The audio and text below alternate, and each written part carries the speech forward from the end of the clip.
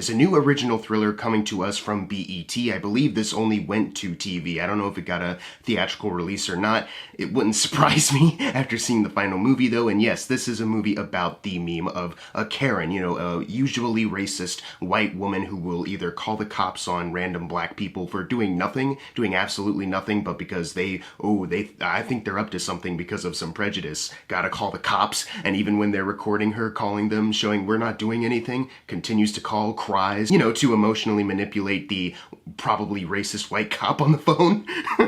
Or, they ask for the manager for things that are like minor inconveniences or nothing at all. They feel entitled to a lot of things. This is a movie about them. This is about a black couple named Malik and Amani who move into a wealthy neighborhood, and Karen lives right next door and thinks, hey, that's a little weird. I didn't think black people could be rich and move into a house conveniently next door to mine. Something must be up. So, of course, Karenisms ensue from there. When this movie was announced, it just definitely felt very reactionary. It felt like it was an attempt to cash in on a current thing because, the rise of the Black Lives Matter protests, protesting against discrimination, institutionalized racism, police brutality, and, talking more about Karens, how many of them are there. The rise of social media has given us more of a window's eye view into, these actual things happening that are disturbing, that, these Karens can actually do this and have been kind of getting away with it for a very long time. You can see it throughout history. And a movie right then, when they announced it, it just felt very kind of,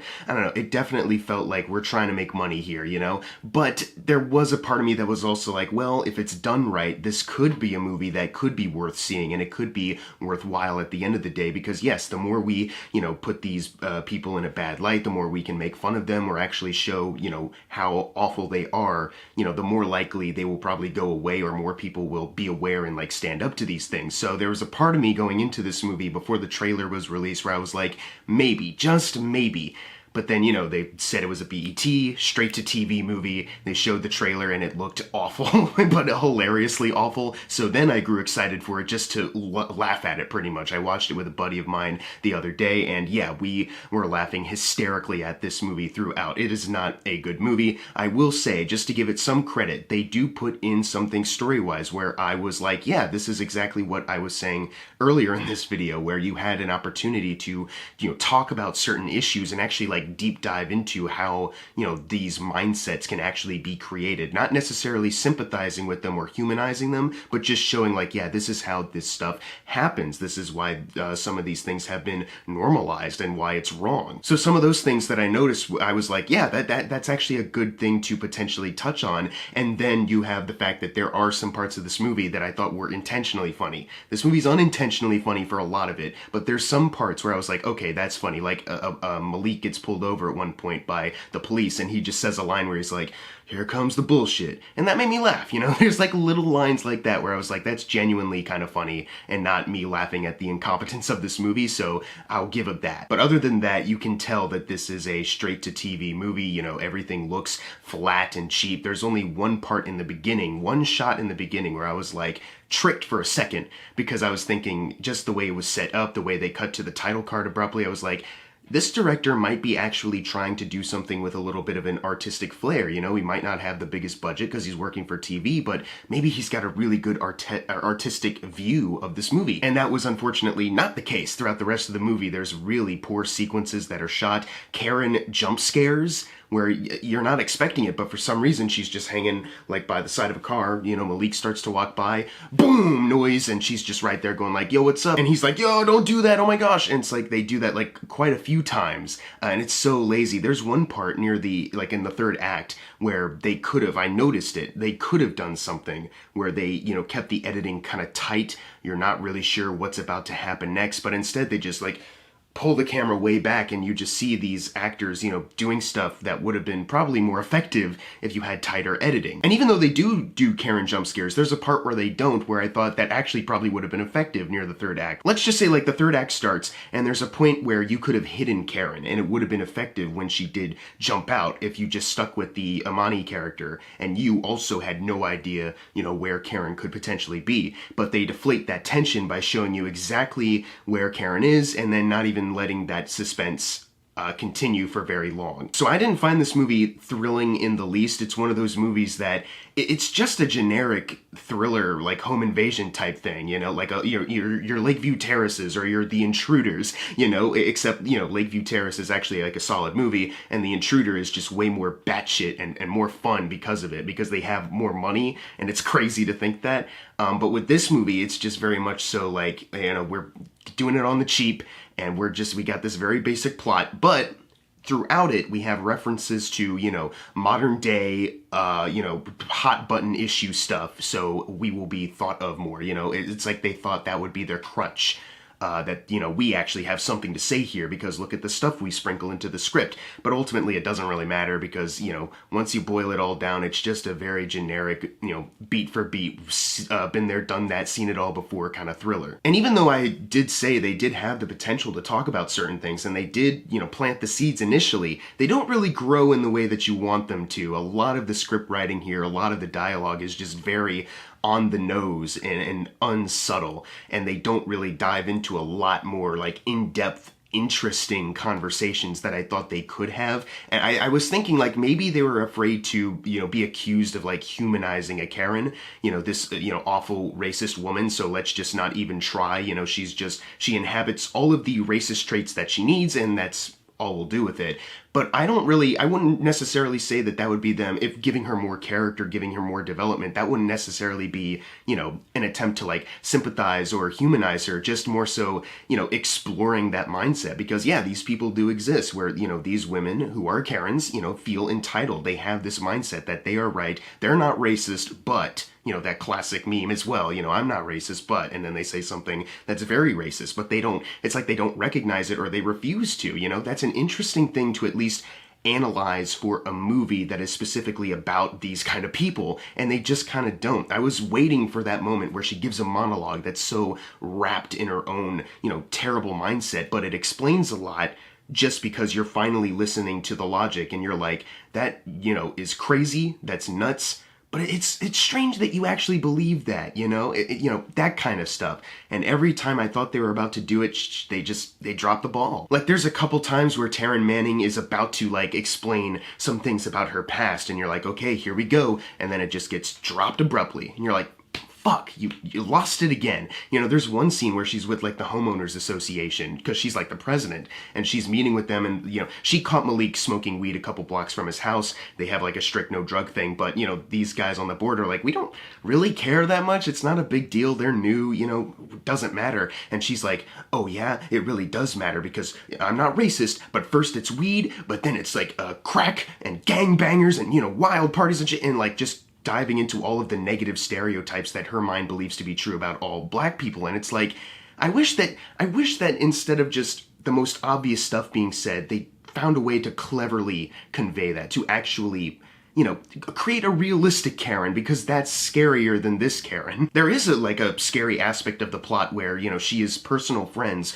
with a racist cop, and, you know, being high in authority like that, you know, she can get away with certain things and so can he. That is legitimately scary, you know, to think about, but the way they execute it in the movie, especially considering today's context of things, it doesn't really work, you know. Like at first, like, yeah, the, you know, cop comes in and arrests some people who didn't do anything, but, you know, friends with Karen, so let's let it ride. But he's recorded, it gets blasted on like the news and even on social media, and it seems like for a bit I was like, oh, this is where the suspension comes in, or, you know, the possible jail time subplot, you know. But instead, he sticks around and continues to train this rookie that they have, the rookie who's not racist, you know, but he continues to train this rookie. He takes this rookie on a thing that is a completely racist, like, goal, a mission of his, and the rookie just kind of has to stand there like, well, what are you doing? And then afterwards even accuses him of like, you're racist, you're disgusting, I hate you.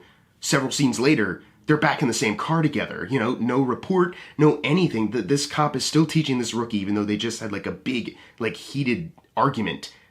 I don't think this is how that works. Like, even, like, you can say, like, yes, you know, like, there's institutionalized racism in the police force, you know, some cops are corrupt, but I don't think this would continue to happen. In fact, a lawyer even brings up, like, this guy, this cop right here, you know, involved in another race-related case, he's involved in a secret society of cops that protect each other. And I was like, wait a minute, you know that he's part of a secret society of cops? I feel like as soon as any kind of information about a secret society of cops is out there, especially in 2021 of all times, that shit would get blasted immediately. Or, you know, okay, like, you protect each other, but as soon as, like, this news footage of him, you know, abusing people for no reason comes out, he would be suspended. Like today, like, hey, the point is to be secretive about this and keep it under wraps. That didn't happen here, so you're still suspended. You know, especially, like, you know, seeing stuff that happened with, like, Derek Chauvin, who just got fucked by the court system, you know, rightfully so because of what he did.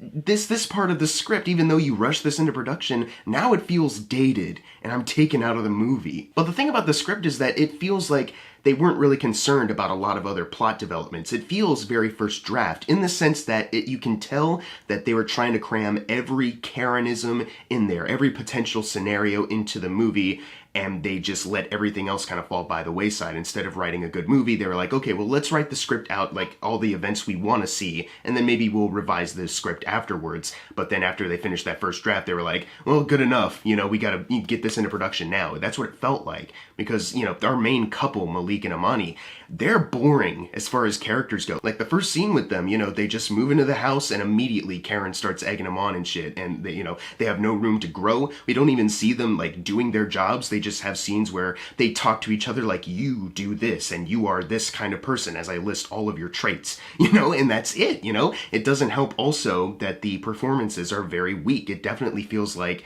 you know, they were doing this at a table read. It feels like a table read performance where, you know, you haven't really figured it out yet. You're not really there on the set yet. So you have an opportunity to at least, you know, figure out your performance before you get there. But you are there. You're on the set right now. Did they not do more than one take? Because it doesn't feel like it. There's like a weird, like, faux drama moment with this couple, just an attempt to do anything that goes nowhere. It's put in and instantly dropped, where even though Karen has been, you know, harassing them already in the beginning of the movie, you know, nothing too major yet, but, you know, already is starting to do the Karenisms, and Malik has already shown, like, hey, fuck this bitch, you know? He comes back from, you know, he was helping her out with her car, some, like, oil got on him or something like that. He has to go into her bathroom and, you know, change real quick, and he sees a Confederate soap dispenser, and he's like, I gotta tell my wife, this is fucking nuts. And he goes back to his house and he starts laying it out to his wife like, hey, I had to, you know, clean my shirt. I went over there and I saw a Confederate soap dispenser. The only thing that Amani is concerned about is, you took your shirt off in her house? Is there something going on between you two? And I was like, are you fucking for real? Like, even for, like, faux drama, like, I've seen a lot of faux drama in movies, especially thrillers like this, The Intruder alone, you know?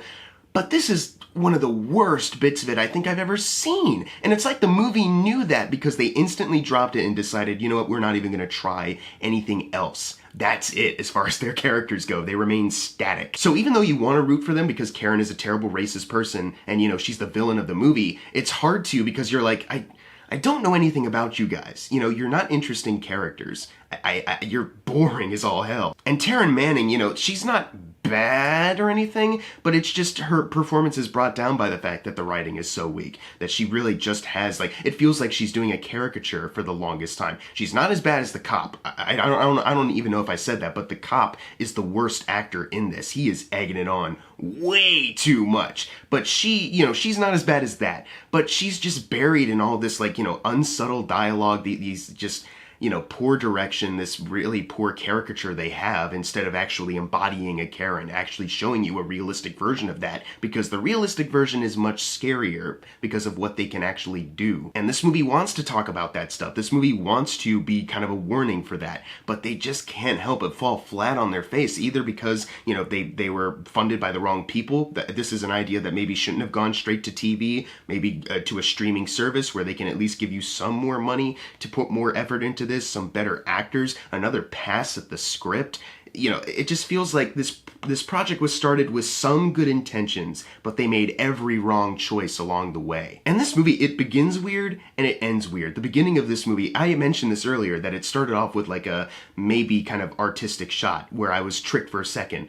But even that isn't a good shot because it's so unsubtle and kind of weird in the movie's context. It opens up with like Black Lives Matter chalked into the street, and I'm like, all right. And then Taryn Manning comes in with a bucket, splashes it, and starts scrubbing it. And I was like, was this like, wait, was this written in her neighborhood?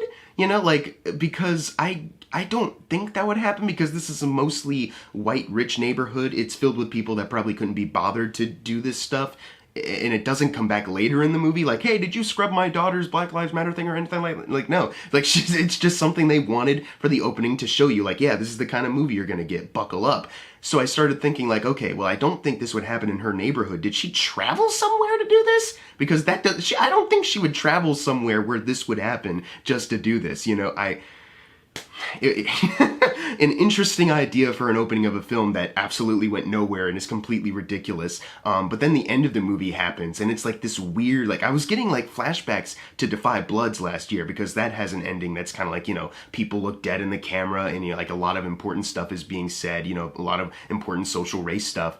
And this movie, it's weird. It's like they were doing that because there's plenty of moments where people like look in the camera, like there's a lawyer that's like preaching a lot of like the message of the movie. There's like a weird trumpet player like in the scene where the lawyer is talking, playing, like, what is going on? You know, it's, oh my God, you just kind of have to watch it. It's ridiculous. So yeah, I absolutely did not like this movie for any of the reasons they wanted me to like it for, but I loved how unintentionally hilarious it is. It's so unthrilling that I was laughing my ass off so much throughout. I'm gonna give Karen a D. I really wanted this to maybe be a surprise, like, hey, it might be a cheap movie, it might be a cheap TV movie, but we did have something we wanted to say. But unfortunately, they wanted to say stuff, didn't know how, and it got muddled up in this terribly predictable and generic thriller plot. Oh my God, even like Karen's kids, like she has a family at home. We see her son twice. The son is like looking at like the couple making out like next door because their blinds are open and they somehow don't fucking know even though they're right next to it. So he has that scene, and then he has a scene where he plays basketball with Malik, but then goes back inside, and that's the end of him. The daughter has a conversation with Amani telling her like, hey, my mom doesn't like black people like you, and that's the end of her subplot. We don't see Karen as a mother. We don't see any other, like, what happens to them after the movie, you know, the events of the movie.